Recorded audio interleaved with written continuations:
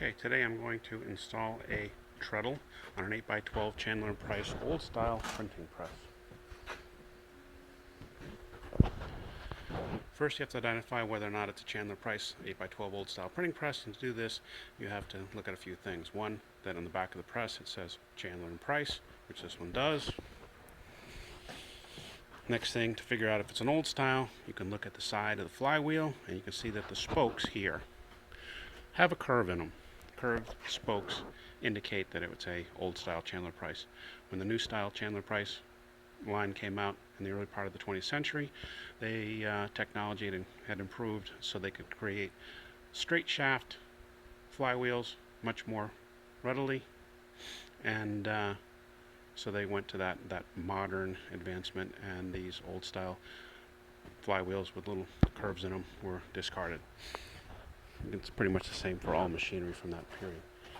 Now, the next thing you need to know is that it actually has a crankshaft, and this press actually does have a crankshaft. Sometimes these presses had a broken crankshaft. You could have ordered from Chandler & Price a straight shaft for this. I have only seen a few that way with a straight shaft. Mostly they came with a crankshaft. Sometimes people broke them and machinists made straight shafts to replace them, but you need the crankshaft. Next thing to figure out that it's a Chandler Price 8x12 printing press would be to look at the chase. The chase in this press, which is the square frame that holds it tight, has internal dimensions that are 12 inches wide and 8 inches tall. The next thing you can look at is the actual serial number, which in Chandler Price presses is in the upper left-hand corner of the bed.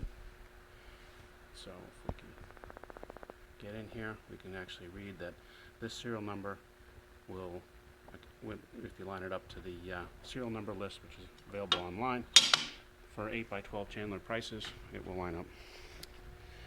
Okay, Chandler Price 8x12 printing presses are the only one that I know from Chandler Price where the treadle does not attach at the right where the bed and the frame come together. It doesn't attach to this shaft. It attaches to a shaft down here, which is, and a lot of times these presses is missing because they were converted to electric. They didn't need that shaft. They got rid of it, took it off, put it somewhere, lost it, whatever. But that shaft is missing a lot of times. That is a smooth shaft that's 16 inches long and 3/4 of an inch wide. You can make one yourself, or you can order it with the kit that has the shaft and shaft collars. The kit for the 8x12 that has the shaft and shaft collars comes with 4 shaft collars.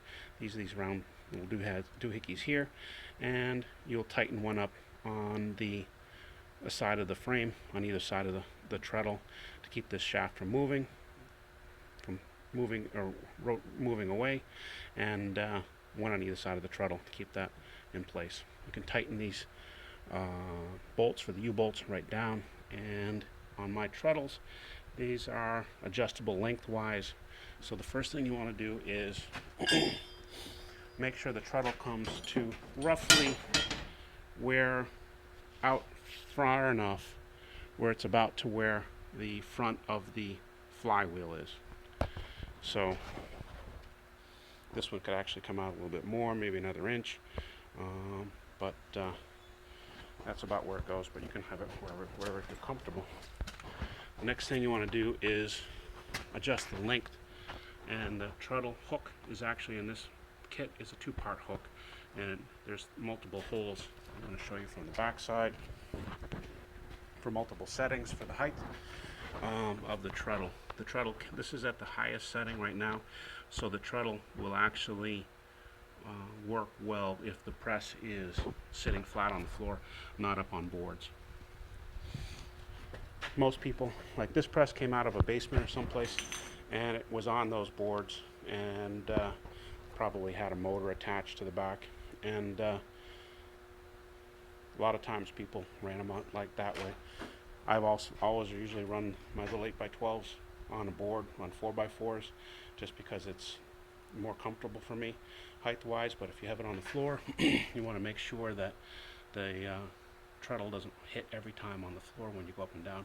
And you also want to make sure that when you're putting this together, go through the motions a few times to make sure that you didn't put it up too high so it whacks this part of the press, or too low that it whacks the ground.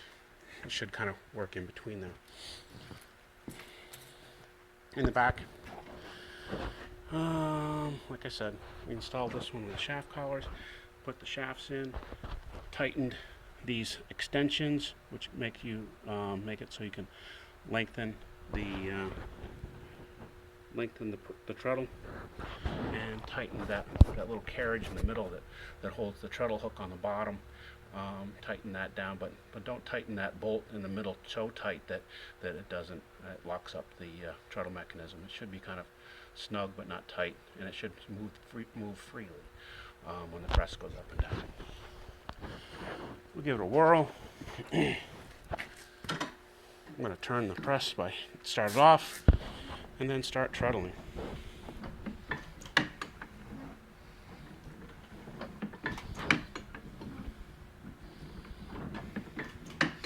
This press has been sitting out and it's a bit rusty. Just threw some oil on it and it's actually running very smoothly right now. Make sure you oil these things very well. There's lots of oil holes. If you don't know where they all are, just spend some time and look at it.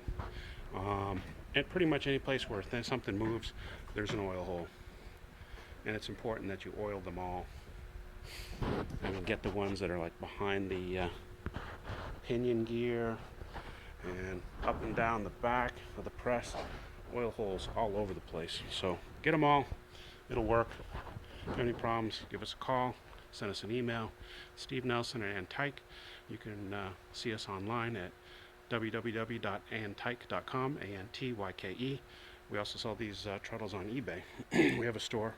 You can go just Google A-N-T-Y-K-E, and you should be able to see our eBay store and our Facebook page and such and get a hold of us. Thank you very much. Ciao.